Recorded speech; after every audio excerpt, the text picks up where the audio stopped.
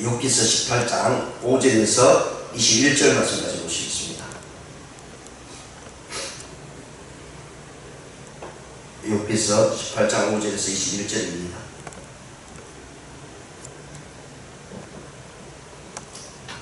우리 함께 공부하시겠습니다. 시작. 악인의 빛은 꺼지고 그의 불꽃은 빛나지 않을 것이요 그의 장막 안의 빛은 어두워지고 그 위에 등불은 꺼질 것이요 그의 활기찬 걸음이 피곤하여지고 그가 마련한 꾀에 스스로 빠질 것이니 이는 그의 발이 그물에 빠지고 올가미에 걸려들며 그의 발 뒤꿈치는 덫에 치이고 그의 몸은 올무에 엎힐 것이며 그를 잡을 덫이 땅에 숨겨져 있고 그를 받들 함정이 길목에 있으며 무서운것이 사방에서 그를 놀라게 하고 그 뒤를 쫓아갈 것이며 그의 힘은 기근으로 말미암아 시작하고 그 곁에는 재앙이 기다릴 것이며 질병이 그의 피부를 삼키리니 곧 사망의 장자가 그의 지체를 먹을 것이며 그가 의지하던 것들이 장막에서 뽑히며 그의 공포의 왕에게 잡혀가고 그에게 속하지 않는 자가 그의 장막에 거하리니 유황이 그의 저수에 뿌려질 것이며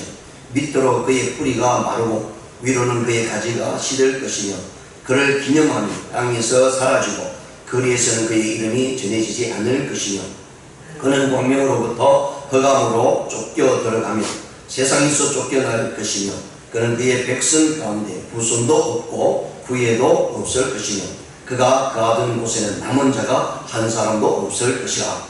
그의 운명에 서쪽에서 오는 자와 동쪽에서 오는 자가 깜짝 놀라리라. 참으로 불의한 자의 집이 이러하고 하나님을 알지 못하는 자의 처소도 이러하니라.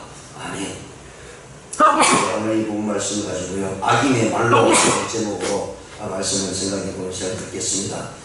빌다시 두 번째 논점으로 오늘 이 본문에 대해서요, 악인들이 당하게 될 고통과 파멸의 모습을 묘사해 주고 있는 부분입니다.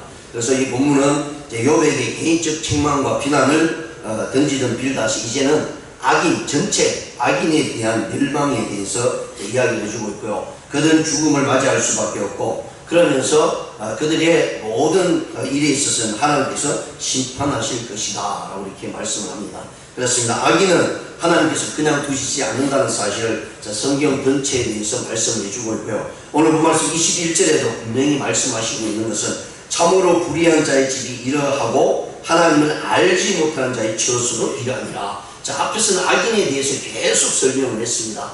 그리고 21절에 가서는 뭐라고 하냐, 이러한 불의한 이들은 그냥 모든 것이 없어지고 하나님으로부터 멸망을 받을 것이다 라고 말씀하시면서요, 또한 무엇을 하나님을 알지 못하는 자다 라고 이렇게 말씀합니다. 아무리 내가 선한 일을 많이 하고요, 악인의 행동을 하지 않고 선함으로 살았다 할지라도 하나님을 알지 못하고 예수를 영접하지 아니한 자 역시 마찬가지로 이 악한 자들처럼 멸망을 받을 수밖에 없다라고 하는 것이 성경이 우리에게 말씀해 주고 있는 내용임을 다시 한번 우리가 상기해 볼 수가 있습니다. 그래서 악인의 고난을 강조적으로 언급한 오늘 이 본문 말씀을 두 부분으로 나누면, 크게 두 부분으로 나누면요, 5절에서 11절까지는 악인의 운명을 사냥꾼의 올무의 함정에 빠진 짐승으로 비유하고 있습니다.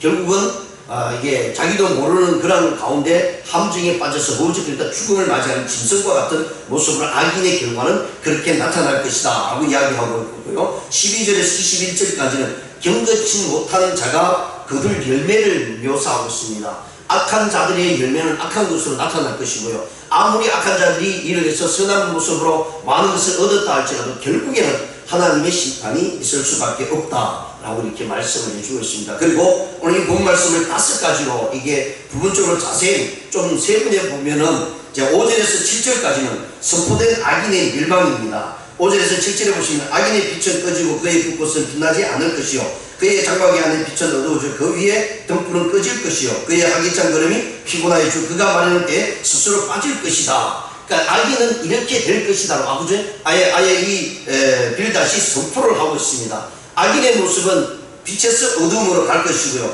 불꽃은 빛나지 않을 것이고 그의 모든 삶은 다 사라지고 말 것이다 라고 말씀합니다. 자기께 자기가 넘어지는 그런 모습으로 악인의 모습이 될 것이다 라고 이렇게 선포를 해주고 있고요. 그 다음에 8절에서 11절까지는 올무와 함정이 빠지게 된다는 것입니다. 악인이 아무리 자기 스스로 지혜롭고요 가지고 있는 지식을 가지고 뭔가를 해보려고 악한 모습으로 다른 사람들이 모르게 행한다 할지라도 그 앞에는 올무가 놓여있고 함정이 놓여있다라고 이렇게 말씀을 해주고 있습니다. 그래서 8절에 이는 그의 발이 그물에 빠지고 올가미에 걸려들며 그의 발뒤꿈치는 덫에 치우고 그의 몸은 올무에 얽힐 것이요 그를 잡을 덫에 땅에 숨겨져 있고 그를 빠뜨릴 함정이 길목에 있으며 무슨 것이 사방에서 그를 놀라게 하고 그 길을 쫓아갈 것이다. 이 악인에 대해서 선포를 해주죠. 네가 아무리 빛된 삶을 살지라도 그것은 너로 하여금 악한 어두움으로 계속 가게 할 것이다. 그리고 그런 곳에서 나타나는 것은 네 앞에 올무와 이 함정이 놓여있다라고 이렇게 이야기를 해주고 있는 것을 우리가 성경을 통해서 분명히 봅니다. 그렇습니다. 하나님 앞에서요 짐승처럼 악한 자들이 올무에 걸리고 함정에 걸쳐 결국은 죽음을 맞이할 것이다. 멸망을 당할 것이다 라고 이렇게 말씀을 해주고 있고요. 그리고 이어서 12절에서 21절까지는 경건치 못한 자들의 거둘 열매에 대해서 말씀합니다. 성경은 분명히 말씀합니다. 심은 대로 거두리라. 내가 심은 대로 콩을 심으면 콩이 나고 팥을 심으면 팥을 난다는 사실을 이거는 만고의 진리이죠. 그래서 이 부분에 대해서 그 누구도 아니다라고 얘기할 사람은 아무도 없을 것입니다. 그렇습니다. 악인들에게 나타나는 것은요 그들이 나타나는 그들 속에서 나타나는 것은 바로 멸망의 길로 갈 수밖에 없다라는 사실을 분명히 말씀합니다. 그리고 그 앞에 올무와 함정이 있다라는 사실을 말씀하고요. 그러므로 인해서 그들은 죽음을 맞이할 수밖에 없다는 사실을 분명히 이야기를 해주고 있는 내용입니다. 그 다음에 12절에서 14절까지는요 악인들이 당면한 세 가지의 공고에 대해서 말씀을 합니다. 12절에 그의 힘은 기근으로 말미암아 쇠하고 라고 말씀합니다. 자기 힘이 아무리 있다 할지라도요 결국은 그에게 나타나는 것은 멸망의 길로 갈 때 그의 힘은 다 사라질 것이다 라고 이렇게 말씀합니다. 그리고 그 곁에 재앙이 기다릴 것이며 그 쇠한 몸으로 아무것도 할 수 없기 때문에 결국은 그 앞에 재앙이 있을 것이다 라고 이렇게 말씀을 해주고 있는 내용입니다. 그리고 13절에 질병이 그의 피부를 삼키리니 곧 사망의 장자가 그의 지체를 먹을 것이며 자 이런 부분들은 빌닷이 욥에게 이야기할 때 지금 욥의 상황이 굉장히 힘들잖아요. 고통을 당하고 엄청난 고난을 당하고 있습니다.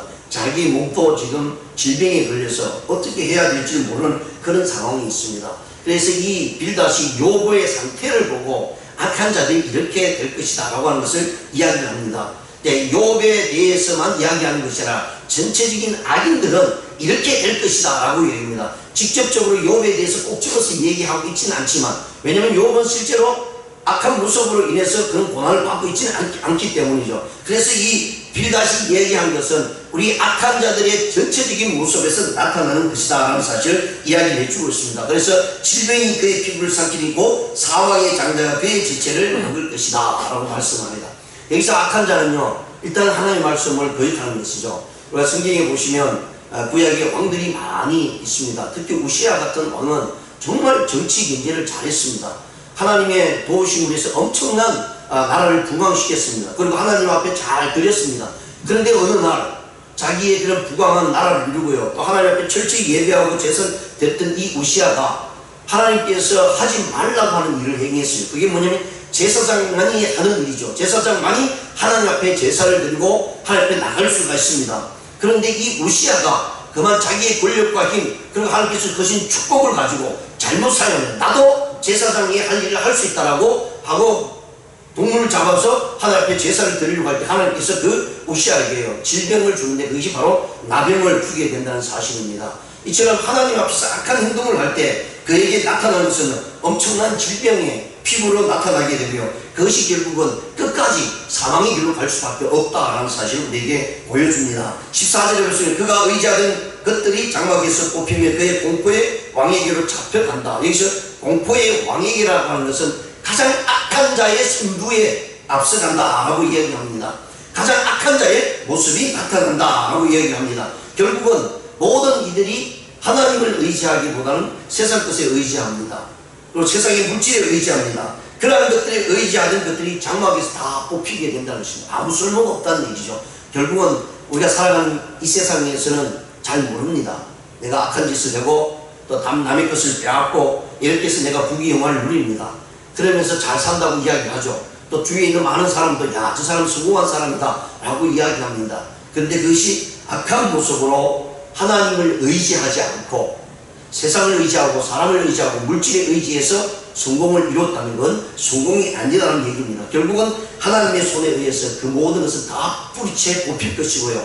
하나님 앞에 섰을 때 그것은 아무짝에도 쓸모없는 모습으로 나타납니다. 결국은 그것이 그 사람이 증인자가 된다는 얘기입니다. 증인이 되어서 그 사람을 향해서 비판할 것이고 그 사람을 향해서 이 사람이 어떤 사람인지 자기가 쌓아놓은 것에 대해 것들이 하나님 앞에서 낱낱이 고백할 수밖에 없는 일로 나타난다는 사실을 말씀을 해주고 있습니다. 그렇습니다. 악인이 당면한 일은 쇠하고 망할 수밖에 없고 사망할 수밖에 없고요. 왕 앞에 즉 공포의 왕 앞에 잡혀갈 수밖에 없는 그런 상황으로 나타난다는 사실을 말씀하고 있고, 네 번째는 15절에서 17절까지는 이것이 결국은 자기만이 끝나는 것이 아니라 가족과 후손에게도 미치는 재난의 영향입니다.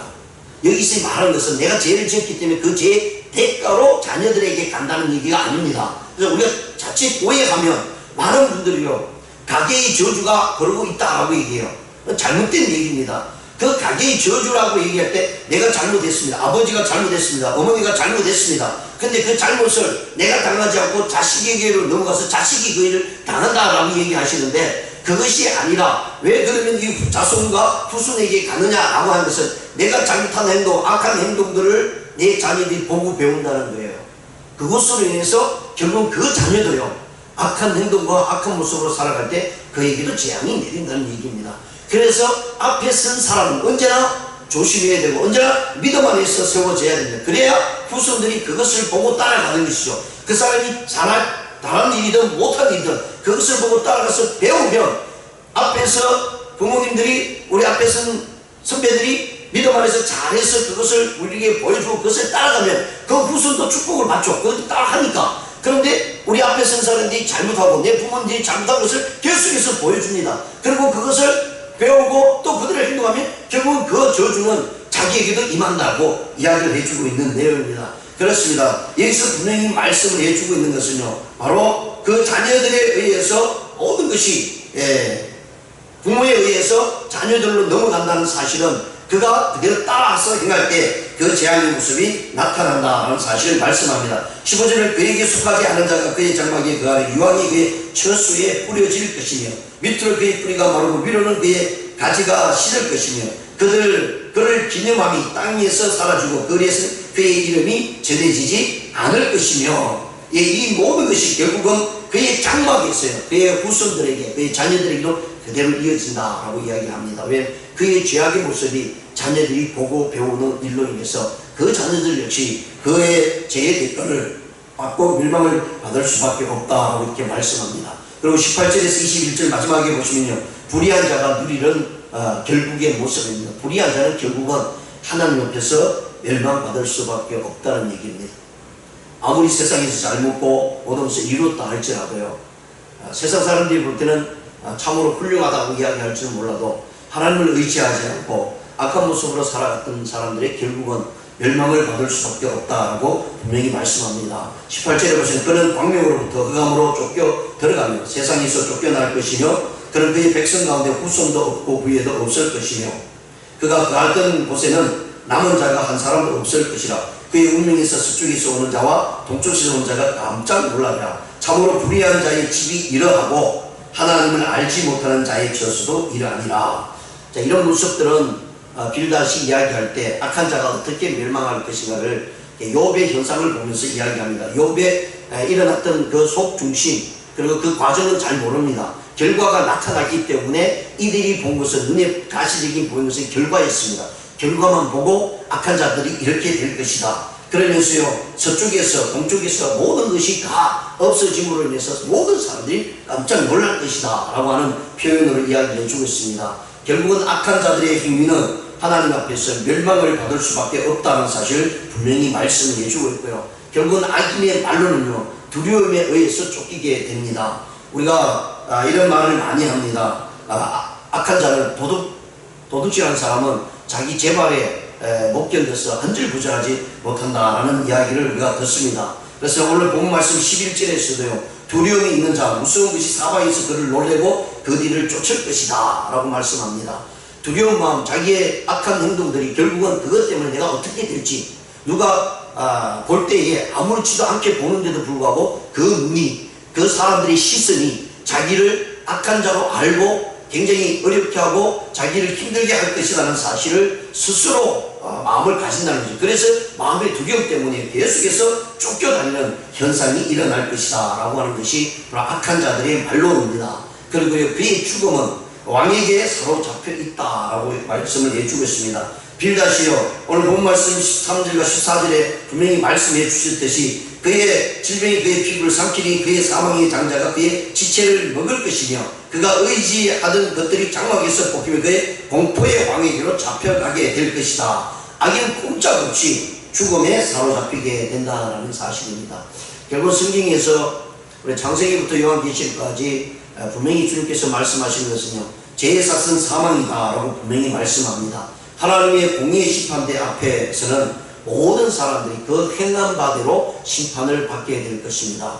그리고 그리스도 안에 있는 자들은 하나님 앞에서 구원의 역사를 이루지만 상급의 역사가 우리 앞에 있다는 사실을 말씀을 하고 있고요.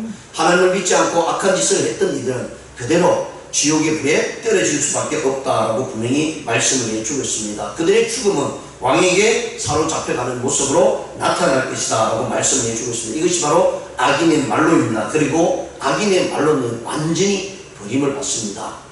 아무리 그가 선한 일을 많이 한다 할지라도요, 악한 자, 하나님 안에 있지 않은 자, 그리스도 안에 있지 않은 자는 그의 광명은 점점 흑암으로 몰려들 것입니다. 세상에서 쫓겨나요 어찌할 바를 몰라 살아갈 수밖에 없을 것입니다. 결국은 하나님의 심판대 위에 있을 수밖에 없다라고 분명히 말씀합니다. 그래서 마태복음 22장 14절에서도 예수님께서 이렇게 말씀해 주셨습니다.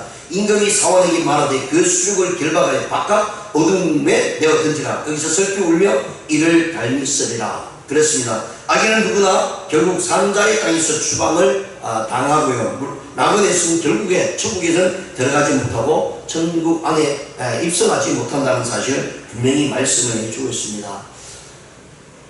이 세상은 참으로 어지럽고 혼란한 시대에 살아가고 있습니다. 무엇이 옳고 어떻게 사는 것이 가치 있는 삶인지 때로는 종잡을 수 없을 때가 많이 있습니다. 온갖 근무술수가 나타나고요. 죄악의 방법들이 굉장히 많이 나타나면서 어떻게 하든 경제자를 누르고 부귀 영화를 획득하는 모습으로 나타나게 됩니다. 그런 일들을 행하고 그렇게 되면 많은 사람들이 오히려 그 사람들을 똑똑하게 보고요, 멋있게 봅니다. 그런데 우리 예수 믿는 사람은요, 언제나 우리의 중심에 하나님의 말씀을 두어야 됩니다. 왜냐하면 하나님께서 불꽃 같은 눈으로 우리를 일거수일투족을 살피시고 감찰하시기 때문이다라는 사실을 우리가 마음에 두고요, 하나님의 은혜 가운데 또 하나님께서 나를 통해서 역사하시는 부분, 또 내가 처한 그런 어떤 상황 속에서도 하나님 앞에서 믿음으로 바로 서겠다라고 하는 마음을 가지고 나아갈 때에 악한 자들의 멸망 속에 우리는 들어가지 않을 것이고 주님께서 주시고자 하는 축복의 역사를 이룬다는 사실을 기억하시면서 오늘 하루도 주님을 의지하며 나아가는 저와 여러분 되시기를 주님의 이름으로 축원드립니다. 기도드리시겠습니다.